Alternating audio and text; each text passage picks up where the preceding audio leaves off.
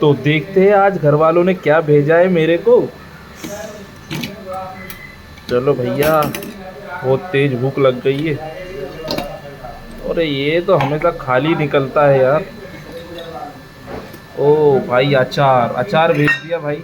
अब सब्जी देखें, सब्जी क्या है। सोयाबीन बड़ी। अरे वाह। हाँ हाँ, कैसी खड़ी। अब खाऊंगा मैं मज़ेदार तरीके से। देख रहे हो सोयाबीन बड़ी कितनी टेस्टी दिख रही है।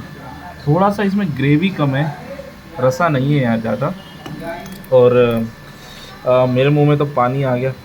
बाकी ये है अपनी अफकोर्स रोटी, चपाती है गेहूं वाली। तो भाई साहब, ये रहा अपना आज का खाना। और अब मैं दबा कर खाऊंगा जो कुछ भी है। यही है, इसी को कमाने आते हैं। ये रोटी है, बड़ी मुश्किल से मिलती है। चलो भाई।